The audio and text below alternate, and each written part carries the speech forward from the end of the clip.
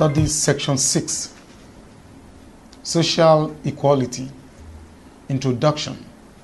Equality as a social and political principle is an essentially contested concept. In ordinary parlance, when you say that certain things are equal, what you mean is that they have the same features, or they are identical in all respects, or they are uniform, and this uniformity will reside in certain features that the things share. In this study session, you will learn about social equality, various forms of social equality, learning outcomes for study section 6. After you have studied this study section, you should be able to discuss the term equality, examine the social equality, explain the concept of affirmative of action. Equality. Equality as a social and political principle is an essentially contested concept. In ordinary parlance, when you say that certain things are equal, what you mean is that they have the same features, or they are identical in all respects, or they are uniform, and this uniformity will reside in certain features that the things share. However, in social and political philosophy, you are not talking about all these things. Many social thinkers or political theorists have viewed the concept of equality from different perspectives. Hence, as earlier intimated, it is a highly contested concept. If you say that human beings are equal, in what respect are you saying they are equal? Are they equal because they are human beings, or because they are rational or have the same needs as human beings? These are the issues that social and political theories have grappled with, and they have posited ways in which people should be treated as equal. The first philosopher who really grappled with this problem was Aristotle, and he postulated his own notion of equality. Thus, equals should be treated equally, and unequal should be treated unequally. But the problem is this: in what respect are you to treat people equally as well as treat them unequally? The Aristotelian notion of equality is merely a formal principle, in the sense that it states a formal procedure without giving us the material conditions which have to be satisfied. As earlier pointed out, most philosophers have argued that human beings should be treated equally because of their humanity. What they are saying is that since you are human beings, it is morally defensible to treat all human beings equally. However, the notion of humanity must be stretched out. In other words, it must be explained.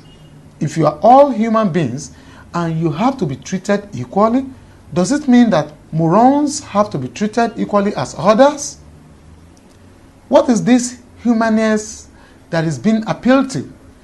Are you all equal since you are all human beings, and as such you should not differentiate between those who have merited something and have to be treated equally with those who do not? One could see that the notion of humanity as a material principle in which you all have to be treated equally cannot be couched philosophically, since there are some difficulties embedded in it. Dash postulated his own notion of equality. Thus, equals should be treated equally and unequal should be treated unequally. Aristotle. It is on this basis that some philosophers have thrown out the criterion on humanity on which you have to treat everybody equally. Some philosophers have argued that since you are all human beings, you have certain characteristics, and one of these characteristics is that you can feel pain, and insofar you can feel pain, you should be treated equally. However, this characteristic of pain does not seem to capture the concept of equality, or put differently, does not warrant an equal treatment. This is because different people have different capacity for pain, and insofar as this is the case, you cannot all be treated equally. Some philosophers have advanced that because you are a human being, then you are rational and morally autonomous, and since this is the case, you should be treated equally. This criterion is also faced with certain difficulties since you are not equally endowed with rationality. Some people are more rational than others, in the sense that they can reason more than the others and they have merited certain things as a result of this, and since this is the case, you could say that they should not be treated equally with others. The other criterion that has been advanced as the basis on which you have to be treated equally is the criterion of need. It is argued that human beings need certain basic needs for them to have self-fulfillment, and since this is the case, you should be treated equally on this basis. But this criterion does not take into account that human beings have different needs. In other words, the needs of all human beings cannot be treated equally since the needs of some are much higher than the needs of others. From what has been said above, it will look as if the concept of equality cannot be given substantive criteria since all the criteria that have been posited to substantiate the former equality cannot withstand certain criticisms. However, most philosophers have said that the most important criterion of equality is equality of opportunity. Equality of opportunity. Equality of opportunity is an important principle of the concept equality. The concept of equality, as earlier pointed out, is that you should all be treated equally in all the respects you are equal. Aristotelian dictum. In other words, to go back to the Aristotelian dictum, equals should be treated equally and unequal should be treated unequally. If this is the case, in what sense can you be treated equally? Some philosophers have argued that in order for the criterion to have much bite, the principle of equality should be viewed as that of opportunity. What this means is that the people should be given equal opportunity to start on the same level, that is, people should have the same baseline in starting their life. In Plato's Republic, it is the position that everyone will have to start on the same clean slate or scratch, and through this, the best could then emerge. You can use the analogy of a game. There are rules of game, for instance, football. What this presupposes is that everybody is equal before the rules and you can play the game according to the rules. What this means is that you have the same equal opportunity to display whatever you have, talents, skills, etc. And this might result in an outcome in which some are rewarded than others. In other words, the outcome of the game becomes unequal in the sense that you are differently rewarded.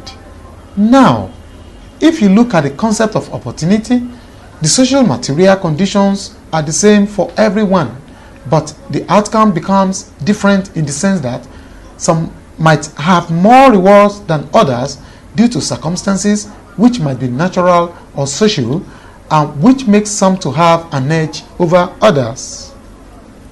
It is in this regard that outcome of the game results in an inequality contrary to the initial condition of equality available to the participants in the game. Although, what the condition of equality of opportunity means is that certain conditions should be provided for everyone at the initial stage so that everyone has an equal chance of winning, but the outcome of the game results in an unequal outcome. It is because of this fact that some philosophers have argued that in real life situations, a belief in equality requires us to equalize outcomes over and over again. In other words, you should think with the outcomes if you want to have real equality, and this should be done at every stage of the lives of the participants in any social system. And what this means is that there should be radical interference in the distribution of the benefits and burdens a society possesses, but this might not be acceptable to some social theorists who might think that the liberty of some individuals is being interfered with. Now, I mentioned earlier that what equality of opportunity does is to put everyone on equal basis at the start of life. Another look at the structure of games will sort of provide a plausible resolution of this puzzle. It has been noticed, as stated earlier, that a game secures an equality of opportunity for each player. This equality does not mean an equal chance of winning the game. This is because each player brings different skills and talents into the game, and this increases a chance to win over that of other players less skillful or talented as she. What the game only desires to do is, firstly, to put the player on a rough equal basis, a sort of material equality. Secondly, to ensure a procedural justice that treats the player fairly as they compete. What should be clear is that while the procedural justice is required for the purpose of the game, the material equality is not. Rather, the latter is instrumental to the result it will bring about.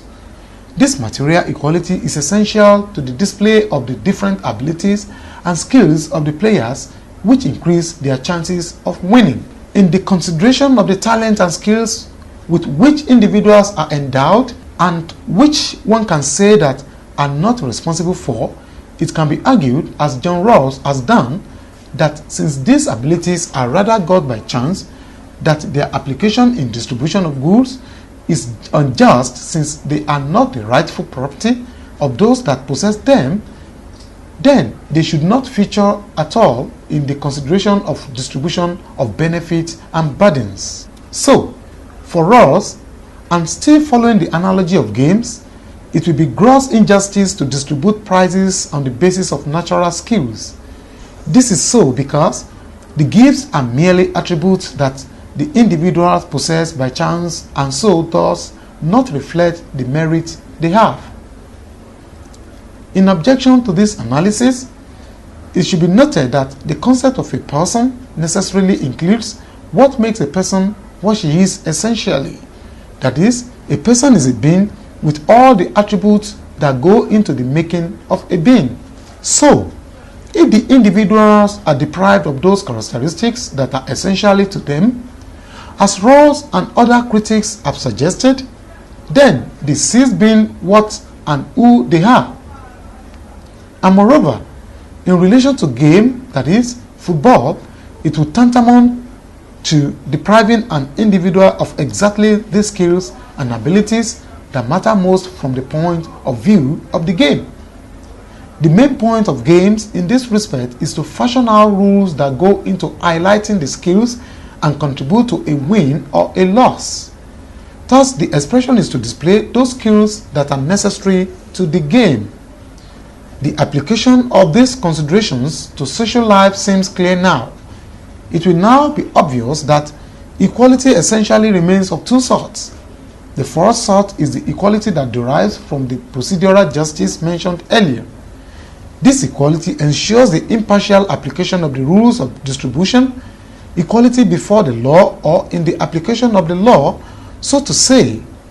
But this does not imply any material equality among individuals. This equality is valued for its own sake, and it has been stated that this procedural justice or a fair application of the law becomes significant against the background of the manifest inequality between the rich and the poor. The second sort of equality material is not valued in itself, but for the end of the autonomy of the individual. In games, it is necessary to promotion of the skills and natural aptitudes that are necessary in playing those games. In social interaction, it is valued to the extent that it contributes to the achievement of individual freedom, which is the aim of human society. Several attempts have been geared towards achieving this aim. One of the programs that have been established to promote the aim of individual autonomy is the affirmative action programs. The aim of the affirmative action is to assert that the equality of opportunity should be based on grounds which are strictly relevant in the distribution of benefit in the society. It has earlier been noted that the equality of opportunity is not to be equated with an equal chance of obtaining something, but the considerations upon which the distributive frameworks are based should not be criteria that are totally irrelevant to the distribution.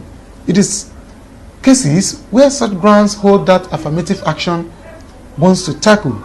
For instance, it is usually argued that a poor person does not stand a chance at an auction, or that she does not have an equality of opportunity relative to the affluent. But proponents of affirmative action claim that the poverty, or rather inability of the person to bargain at the sales, while it is necessary to the idea of the auction itself, is different from a restriction based on the person's race or gender. To return to the distinction made earlier between procedural justice and material equality now, in the context of the auction, it becomes clear what affirmative action is about.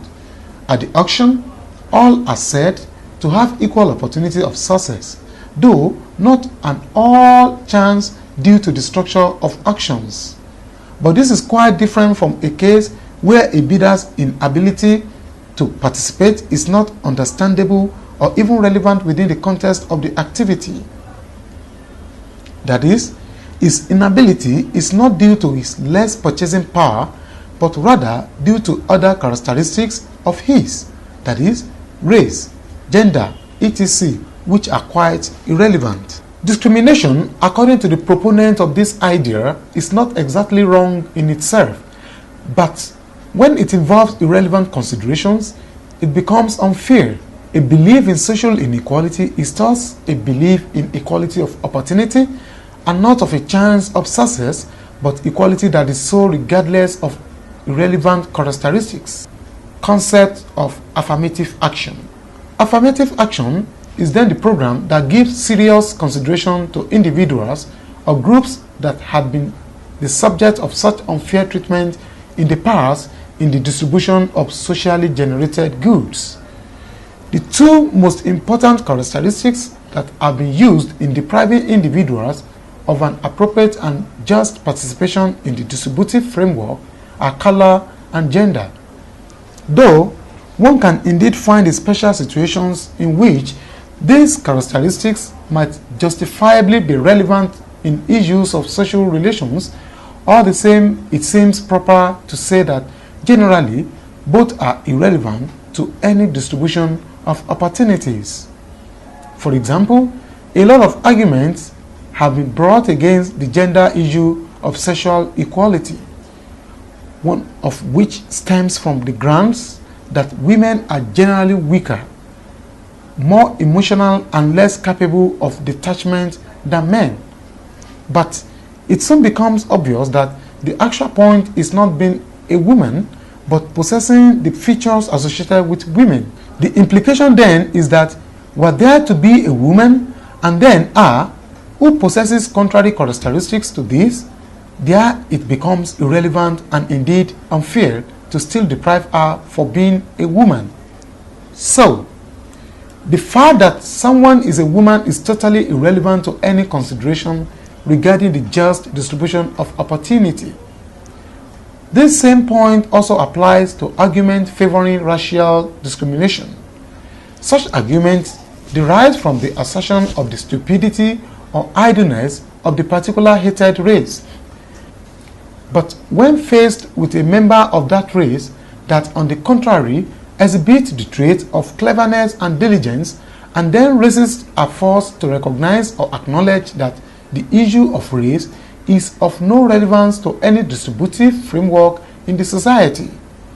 A far more interesting issue arises from the question as to how far the society can legislate positively to redress social inequalities that result from such unfair discrimination against groups and individuals. This is exactly the point of affirmative action, or what is also called positive discrimination. It should be noted that the basic condition upon which a society is erected is that individuals be autonomous to freely pursue what they deem fit for themselves. But a freedom that allows persons to do as they wish and also to do what they wish with what they own can only serve as a basis for unfair discrimination. A man may then be said to be free to decide not to sell his property to a woman or a black person because of gender or racial prejudices. Real freedom must also include freedom to discriminate or act immorally. The aim of affirmative action as regards the autonomy of individual stands then to be undermined. This fact of the freedom of individuals has led some to conclude that there cannot be any legitimate policy that seeks to eliminate social inequality among individuals and groups. On the contrary, it has been argued that social discrimination should not be seen as the cumulative discrimination of individuals right large, but rather as a structural phenomenon, something intrinsic in the structural functioning of the society. This may then explain the behavior of a person who refuses to sell his property to a black person as a prudential consideration concerning the values of properties in a society that discriminates on a racial basis. To eliminate such ill, it will somehow be futile to restrict individuals' freedom to do what he likes with his property. Rather, it will be imperative to undermine the conditions at the structural level that place a restriction on the autonomy of the person. For instance, the society induces certain negative expectation in, say, women that lead to a self-selected exclusion from certain social activities. This tactic is used to cover any overt discrimination. It legitimizes discrimination by encouraging the biases and prejudices that go around to sustaining the discrimination. Thus, the belief and expectation that women are not relevant in certain social spheres actually make that consideration relevant in any social relation. Fighting against structural discrimination leads them to the promotion of individuals' freedom. Affirmative action does not claim to redress any unfair discrimination apparent in the individuals, but rather it seeks an equality of opportunity for individuals or groups that had been the butt of such systematic and unfair discrimination in the past. Three basic objections have been raised against the affirmative action program. The first one is the charge that the program is a futile one, since its objective of seeking for an equal opportunity for, say, blacks as a group now cannot in any way compensate for all the unfair discrimination that might have been perpetuated against them in the past. To help black persons in getting the right steps into progress should not be taken to mean helping the whole black race, nor being seen as a compensation for wrong done the black long dead who could not achieve any due to unfair discrimination. It seems proper to say that though those who raise this objection are right to the extent that affirmative action cannot lay claim to the rationale of seeking redress for past wrongs, they are totally wrong in seeing their criticism as an objection against the program. Rather, it should be seen as a means of redirecting its focus towards future action rather than past wrongs. It must seek the establishment of a future ideal society and cease being retroactive. The two other objections take this last point as the bone of contention. For these critics, whatever action may be proposed for any future society, affirmative action is itself wrong. The second objection's point is that the method which this program adopts cannot be justified. The critics claim that the program itself is based on discrimination on grounds of color and gender, while supposing that the discriminations are unfair. They insisted that if it is unfair to discriminate against a person on irrelevant ground, then it is equally unfair to discriminate in favor of that person on the same grounds. It would seem that this objection does not fully comprehend the whole objective of affirmative action. According to its proponents, Since it is possible to have good and reasonable grounds for discrimination on irrelevant ground, and since their positive discrimination, though based on such grounds, is to eliminate the prejudices that go with discrimination, then their programs is justified. The third objection raises the claim that if the assumption of affirmative action is true, that those it is discriminating against are those who are the best and the talented in the society, then to discriminate against them and in favor of the worst off is to hinder the best and capable individuals from the various opportunities, and by so doing violate their right to those opportunities. In other words, only the wrong people who are not capable because of their lack of necessary knowledge, skills and aptitude will be getting the required opportunities. On the strength of this objection, the assumption of affirmative action has been modified to accommodate the claim that preference, rather discrimination, is only permissible only if the two candidates are equally well qualified for the same job. In this case, the job will not go to the wrong person if positive discrimination is carried out, but others have responded that this concession is unnecessary since the initial objection does not affect the program. They believe that the objection is based on two false assumptions. One, that is, the person has a right to the job. This is false because an offer of a job opportunity is a benefit and not an entitlement unless the offer constitutes a promise or is seen as part of a contract which the person offering the job is then obliged to obey. The second false assumption is that you always know who the best candidate is independent of color or gender and to the exclusion of the two. On the contrary, in certain specific circumstances, these two characteristics become relevant as qualifications for any opportunity. The color of a person serves as a disqualification, while it might qualify the person at some other time. If you return to the second objection, a rejoinder of the critics is that a mere possibility of the reversal of negative discrimination, which the proponents use as a justification for their programs, is not enough to warrant using the method of irrelevant characteristics in their discriminating in favor of certain groups. The crucial test for the programs, according to them, is that it must be seen to actually make a difference between negative and positive discrimination. In other words, affirmative action must be seen to be actually effective. The rejection of the objections hinges on the level of the observed effectiveness of the programs. For the method of affirmative action to be capable of being adequately defended, then the motives behind it must be the best ones. It has rather been the case that in most cases, the motives have always been the exact opposite of what advocates claim. It is either a motive arising from guilt or from revenge. More importantly, the programs must be opened to continuous empirical scrutiny if it is to be justified. This is assuming that the right motives sustain the programs. The difference the action makes in the society must be verifiable.